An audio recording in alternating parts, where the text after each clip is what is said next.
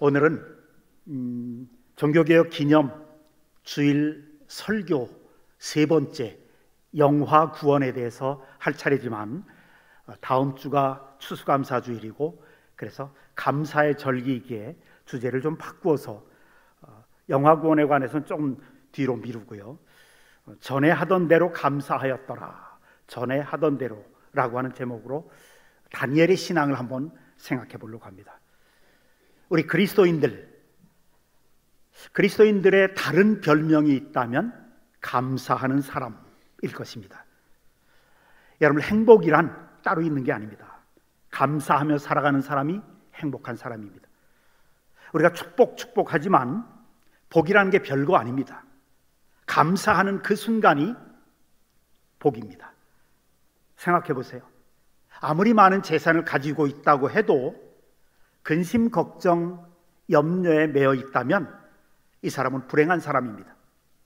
많이 벌어도, 또 그리고 높은 지위에 올라갔으면서도 마음속에는 만족이 없고 원망이 있고 불평이 있다면 이 사람 불행한 사람이죠. 그러나 비록 가진 것은 많지 않지만 감사하며 살아갈 수 있는 사람, 그 사람이 가장 행복한 사람이고, 그 사람을 가리켜서 그리스도인이라고 말을 할 수가 있습니다. 그런데 여러분, 중요한 것은 감사란 깨달음에서 오는 것입니다. 은혜 가운데 가장 소중한 은혜는 깨닫는 은혜입니다. 시편 49편 20절에 보면 존귀에 처하나 깨닫지 못하는 사람은 멸망하는 짐승 같도다 그래요. 자신이 지금 존귀하게 살고 있어요. 은혜 가운데 살고 있어요. 건강하게 살고 있습니다. 자녀들도 잘 커주고 있고 미래의 길도 하나씩 열어가고 있고 가정도 평안하게 살고 있습니다. 별 사고 없어요.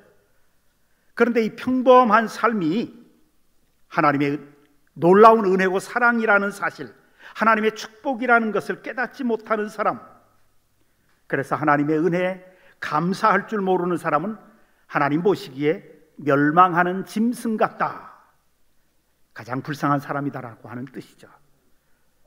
하나님 보시기에 가장 불쌍한 사람,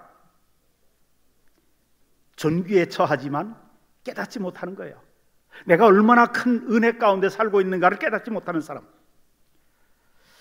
근데 많은 경우에 저는 선교사와 목회 생활을 했지만 감사가 넘치는 사람들 보면 한결같이 시련의 강을 건넌 사람들 가운데 감사가 넘치는 사람들을 많이 볼 수가 있었습니다. 죽음의 고비를 넘긴 사람들, 좋은 환경 때문에 감사하기보다 역경 속에서 감사하는 사람들이 더 많더라고요. 그 어려움 속에서 하나님의 특별한 은혜와 사랑을 깨닫고 하나님의 뜻과 섭리에 거기에 대해서 깨달음이 커서 감사가 넘치는 사람, 깨달음에서 감사가 오는 거예요. 그런데 이 깨달음에서 오는 감사보다 한 차원 더 높은 감사가 있습니다. 오늘 본문에 나오는 다니엘이 드린 감사입니다. 다니엘이라고 하는 이 사람은 청소년 시절에 거의 17에서 19살 그 시절에 바벨론 제국이 남왕국 유다를 침공해서 무수히 많은 사람들을 죽입니다. 학살하죠. 그리고 미래가 촉망되는 사람들을 포로로 끌려갑니다. 그때 포로로 끌려갔던 사람이 다니엘입니다. 갖은 고생하면서 가장 낮은 포로의 자리에서 가장 높은 총리의 자리까지 오르게 됩니다. 그리고 왕의 총애를 받죠. 바벨론 제국에 끌려가서 총리까지 오르고, 그래서 느부갓네살 왕의 총애를 받아요. 그리고 그 다음에 벨사살 왕 때도 또 총리에 오르죠. 그 다음에 바벨론 제국이 무너집니다. 페르시아 제국이 점령을 해요. 그래서 다리오 왕 때, 또 그 다음에 고레스 왕 때까지 총리가 이어지는 정말 놀라운 사람이에요. 대부분 왕이 바뀌면 총리를 바꾸는데, 정치적인 목적으로. 그런데도 계속 왕이 4번 바뀌고 제국이 바뀌는데도 총리가 돼요. 그러다 보니까 다니엘은 지금 오늘 본문에 보면 다른 신하들의 중상모략의 표적이 됩니다. 모든 화살을 받아요. 도대체 포로로 끌려온 저 유대인 나부랭이가 우리 대바벨론 제국에서 총리가 되다니 말도 안 된다. 우리 페르시아 제국에서 총리가 되다니. 그런 생각을 하면서 어떻게 하면 다니엘을 무너뜨릴 수 있을까? 신하들이 각각 공격을 합니다. 그때마다 다니엘은 하나님의 은혜로 살아나요. 오늘 나오는 이 신하들이 한 가지 계략을 씁니다. 다리오 왕에게 건의를 하죠. 왕이시여, 왕은 우리의 신 같으신 존재입니다. 아니, 신이십니다. 그래서 만약 왕 이외에 다른 신에게 기도하는 사람이 있다면 그 사람은 사자굴에 던져져야 될 것입니다. 왕은 자기를 높여주는 그 신하들 이 관계에 속아서 그들의 건의를 받아주고 법령을 선포합니다. 그래서 30일 동안을 왕 이외에 다른 신에게 기도하는 사람은 무조건 사자굴에 사자의 밥이 되게 합니다. 이런 법령을 제정해서 전국에 아주 거대한 페르시아 제국 전체를 다 공포하죠. 여러분 같으면 어떻게 하시겠습니까? 총리였던, 가장 높은 총리였던 다니엘의 반응이 10절에 나옵니다. 다니엘이 이 조서에 왕의 도장이 찍힌 것을 알고도 자기 집에 들어가서는 윗방에 올라가 예루살렘으로 향한 성문을 열고 창문을 열고 전에 하던 대로 하루 3번씩 무릎을 꿇고 기도하며 그의 하나님께 감사하였더라. 우리에게 위기가 닥치고 어려운 일이 생기고 문제에 부딪혔을 때 하나님 앞에 달려가서 하나님께 매달리는 것은 이건 크리스찬이라면 당연한 일입니다. 그러나 기도하는 모습이 발각되어서 즉시 처형당하는 상황 속에서, 그리고 간신배들이 자기를 지켜보고 있는데도 다니엘은 창문을 열어놓고 하나님께 감사한 겁니다. 그냥 감사한 게 아니에요. 예루살렘을 향한 창문을 열어놓고 목숨을 걸고 하나님께 감사한 겁니다. 모든 것이 잘 될 때, 내가 기대한 대로 내가 계획한 일이 잘 이루어질 때, 사업도 잘 되고 자식도 잘 되고 자식들이 공부도 잘하고 가정도 잘 될 때, 이럴 때 감사 못할 사람이 어디 있습니까? 누구나 다 감사할 수 있겠죠. 본능적인 감사입니다. 감사의 조건들이 생기고 감사한 마음이 들고 그래서 감사하는 것, 이건 사실 믿음 없어도, 예수 안 믿어도, 하나님 없어도 세상 사람들 다 그렇게 살아가요. 일이 잘 되면 하늘에 감사하고 부처님께 감사하고 누구에게 누가 신이더라도 그렇게 감사하며 살아가는 게 이 세상 사람들입니다. 일이 잘 풀릴 때. 그런데 상황이 정반대입니다. 나를 둘러싸고 있는 모든 환경이 나에게 불리합니다. 재물에 손해가 나고 내 주변 사람들이 나를 험담하고 내 자존심 상하게 하고 나를 무시하고, 그리고 나를 투명인간 취급하고 주변 사람들과의 인간관계가 가시처럼 나를 찌르는 그 고통스러운 상황 속에서도 그럼에도 불구하고 감사할 수 있는 것, 그것은 반복적인 훈련으로 이루어진 습관화되고 체질화된 제2의 천성이 되어버린 감사입니다. 이것을 흔히 의지적인 감사라고 말합니다. 그래서 저는 제가 잘 쓰는 표현은 이를 악물고 하는 감사입니다. 다니엘의 감사가 바로 그런 차원 높은 감사입니다. 창세기 15장에 보면 아브라함이 자기 아들 이삭을 데리고 모리아산에 가서 번제를 바쳤을 때 3일 동안을 걸어가던 그 아브라함을 한번 생각해 보세요. 자기 아들을 죽여야 되고 불태워야 되는, 찬송하면서 갔을까요? 룰루랄라 하면서 기뻐하면서 갔을까요? 아니죠. 이를 악물고 하는 가장 높은 감사와 믿음의 단계, 이를 악물고 하는 감사였죠. 다니엘의 감사가 바로 그런 감사입니다. 다니엘의 감사 어느 날 갑자기 이루어진 게 아닙니다. 이것은 위기 상황이 딱 부딪히니까 이렇게 나오는 게 결코 아닙니다. 10절을 다시 보세요. 예루살렘으로 향한 창문을 열고 전에 하던 대로 하루에 3번씩 그의 하나님께 감사했더라. 전에 하던 대로 그의 규칙적인 경건한 습관이었습니다. 다니엘은 적당히 살아갈 수가 있었습니다. 그러나 다니엘은 단 하루도 경건의 습관이 무너지기를 원치 않았습니다. 무명 청년의 포로 시절에 그는 기도의 사람이었고 감사의 사람이었습니다. 그러나 이제 그는 인생의 가장 높은 성공을 누리며 살고 있었던 최고 고위직 왕 다음의 신분, 총리가 되어서 성공을 누리면서 살아갔던 그런 사람입니다. 이제는 다 편안합니다. 기도 안 해도 모든 것이 잘 이루어져 가는, 그냥 시스템이 잘 굴러가서 잘 이루어지는 그런 상황 속에서 성공을 누리던 사람이 된 지금, 전에 하던 대로 하루 3번씩 무릎을 꿇고 그의 하나님께 감사하였더라. 조금도 변함없고 흔들림 없는 감사의 사람. 11절에 보면 간신배들이 자기를 예의주시하고 있는 것을 알았어요. 모를 리가 없죠. 근데 이런 상황은 얼마든지 쉽게 타협할 수 있는 상황이었습니다. 오랜 기간도 아니에요. 30일 정도만 꾹 참고 마음속으로 조용히 묵상기도 하면 돼요. 그렇잖아요. 뭐 굳이 창문을 열어놓고 손을 들고, 유대인들의 기도 방법이 손을 들고 예루살렘을 향해서 바라보면서 감사기도 이렇게 안 해도 돼요. 하나님 아세요. 엎드려서 해도 된다고요. 그냥 누워서, 저는 가끔 가다 누워서 기도를 계속 하거든요.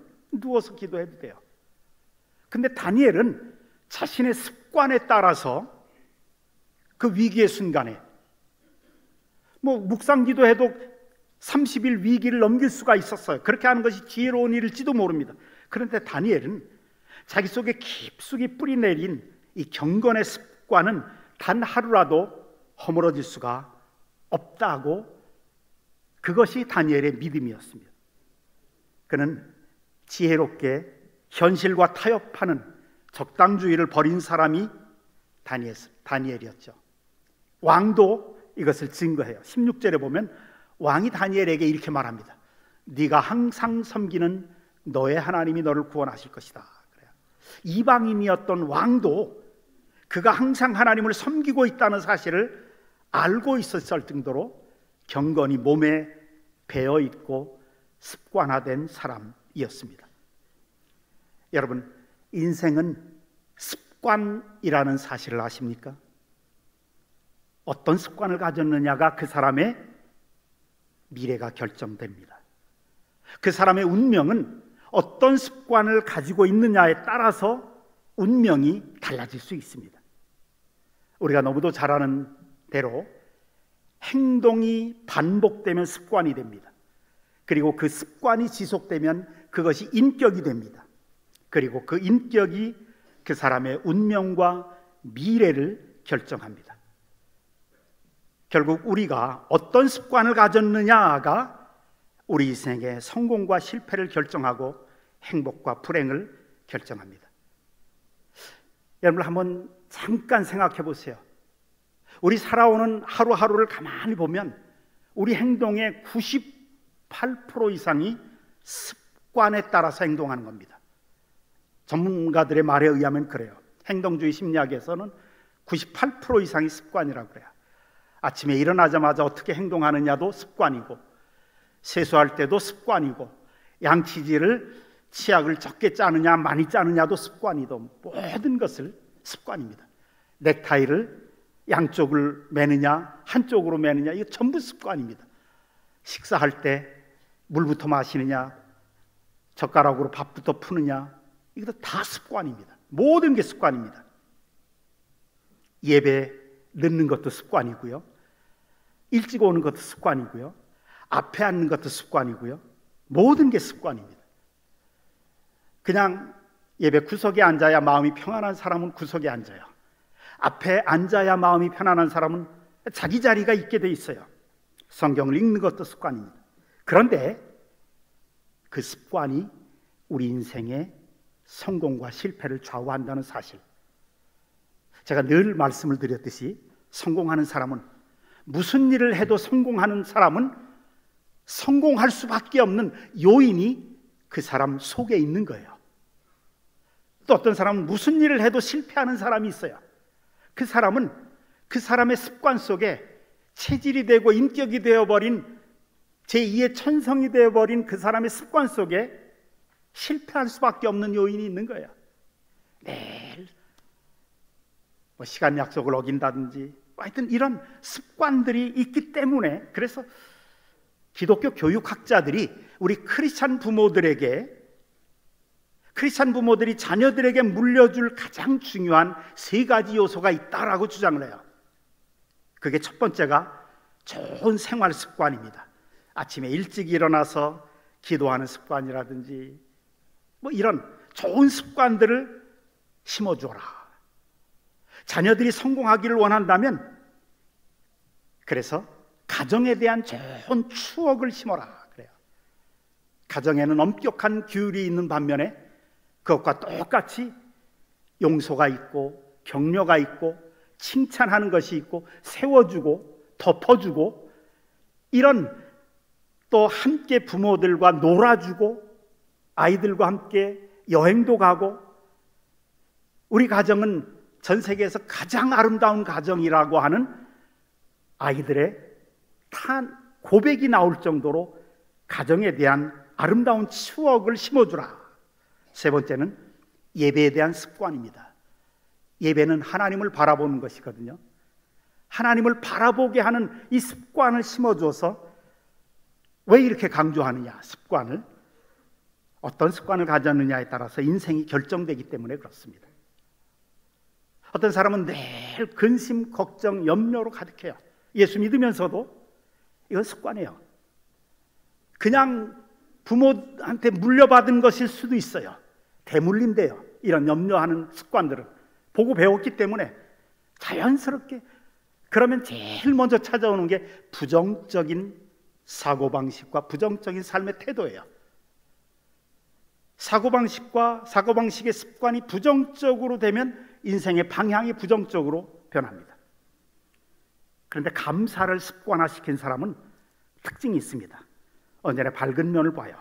좋은 점부터 찾아냅니다. 인간관계에서도 그 사람의 현재의 모습이 아니라 가능성을 봅니다. 잠재력을 봅니다. 미래를 봐요. 예수님처럼요. 그 변덕 들끓는 베드로에게 너는 반석이다, 육중한 반석이다라고 미래를 보면서 잠재력을 보면서 말했듯이, 인간관계에서도 감사가 넘친 사람은 항상 긍정적인, 실패 속에서도 교훈을 찾아냅니다. 약점 속에서도 강점을 발견합니다. 질병 속에서도 하나님의 섭리를 발견하고 감사합니다. 적극적인 사람이 되죠. 자족하는 사람이 됩니다. 없는 것을 보기보다 자신이 가진 것으로 감사하고 남아있는 것에 초점을 두고 빛을 발하는 사람이 됩니다. 그래서 삶이 즐겁습니다. 인생이 아름답게 보입니다. 늘 행복한 삶을 경험하며 살아갑니다. 스코틀랜드에 에딘버러라고 하는 도시가 있죠. 영국 스코틀랜드예요. 그 도시는 기독교가 아주 세력이 강한 도시입니다. 제가 한번 가봤는데요, 교회들이 참 많아요.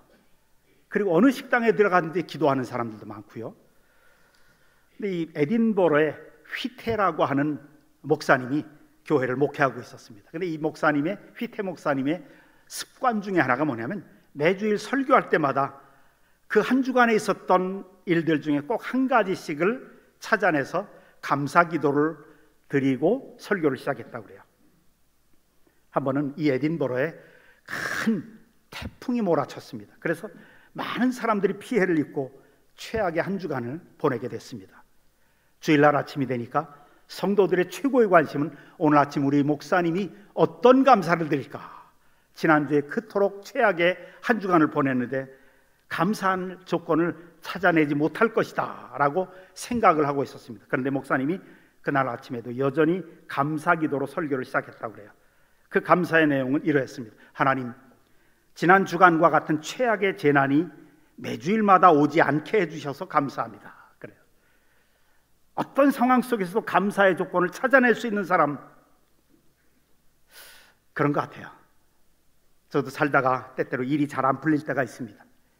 길이 막힐 때가 있고, 의도했던 대로 자녀들이 잘 안 따라줄 때도 있고, 괴롭고 힘들 때도 있어요. 약을 먹어도 잘 낫지를 않을 때가 있어요. 이런 경우, 내가 어딘가에 막혀 있다라고 하는 경우에는 제가 달라는 기도는 하지 않습니다.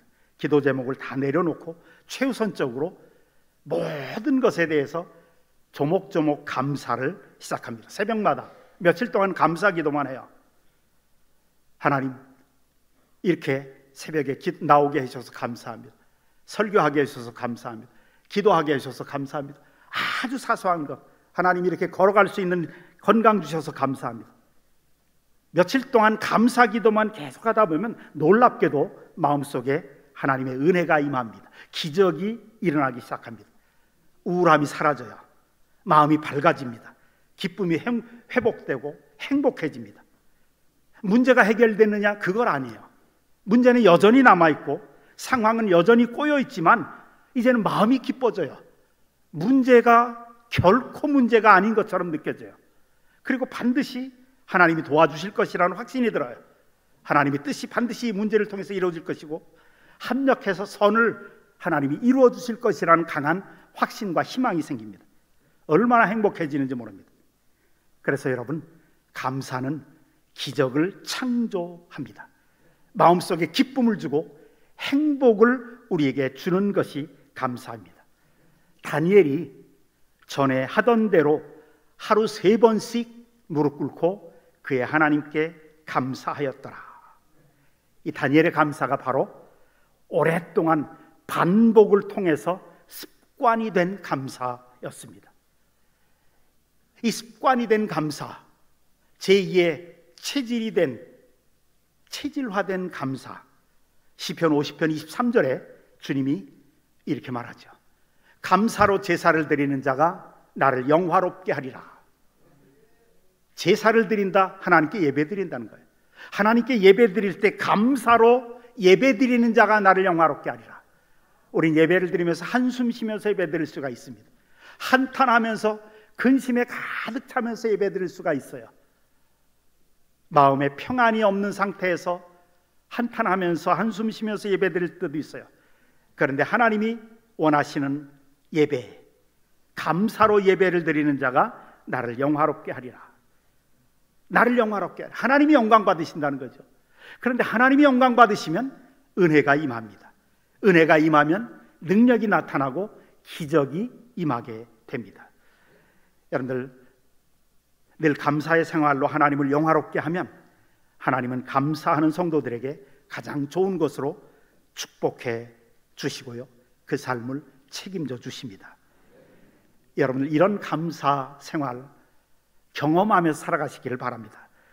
감사 생활은 더 큰 축복을 끌어오는 자석과 같습니다. 축복받는 비결이죠. 그래서 세계적인 설교자였던 스펄전 목사님이 이렇게 말해요.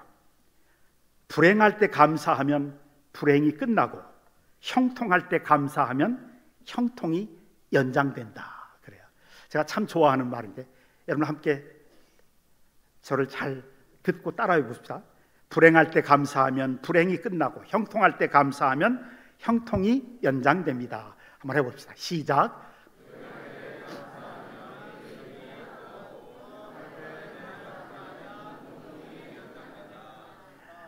믿으십니까?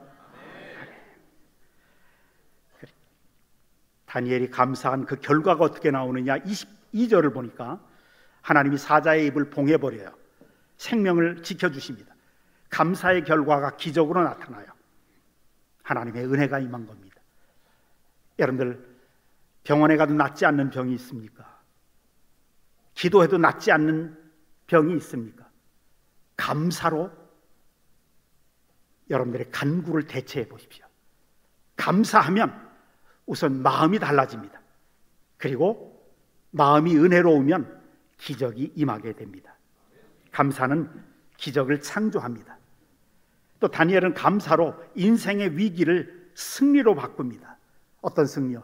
26절 이하에 쭉 보면 이방인이었던 다리오 왕이 온 땅에 조서를 반포하죠. 내가 이제 조서를 내리노라.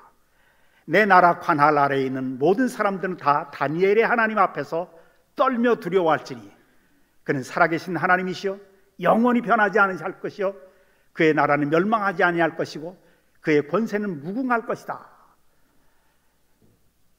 이 다리오 왕의 공포, 그 다음에 페르시아 왕인 고레스 왕 시대까지 다니엘이 형통하였더라. 성경 기록합니다.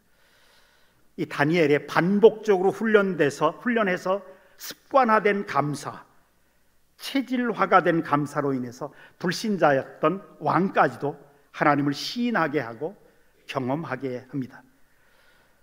그러니 사랑하는 성도 여러분, 무슨 일을 만나든지 감사하시기 바랍니다. 도저히 감사할 수 없는 상황 속에서도 이를 악물고 감사하십시오. 그러면 하나님은 그 감사할 수 없는 사건을 감사할 수 있는 사건으로 변화시켜 주실 것입니다. 이 감사의 계절에 우리 자녀들이, 어린 자녀들이 있다면 어렸을 때부터 감사를 가르치십시오. 인간에게 감사하고, 사람에게 감사하고, 부모에게 감사하고, 그리고 하나님께 감사하는 것을 가르치십시오. 그들의 인생은 그렇게 하면 하나님의 축복 가운데 거하게 될 것입니다. 감사를 습관화하고 생활화하십시오. 더 큰 축복이 임할 것입니다. 자신을 감사 체질로 만드십시오. 힘든 일에도 감사하고 주님이 이미 주신 작은 것을 귀하게 여기고 감사할 때 주님의 은혜가 임합니다. 숨 쉴 수 있고 걸어 다닐 수 있고 예배 드릴 수 있고 이런 것을 교회 나올 수 있고 그것만으로도 감사가 넘치도록 하십시오. 이 감사 생활을 통해서 더 풍성한 삶을 누리시기를 주님의 이름으로 축원합니다. 아버지 하나님, 이 감사의 계절에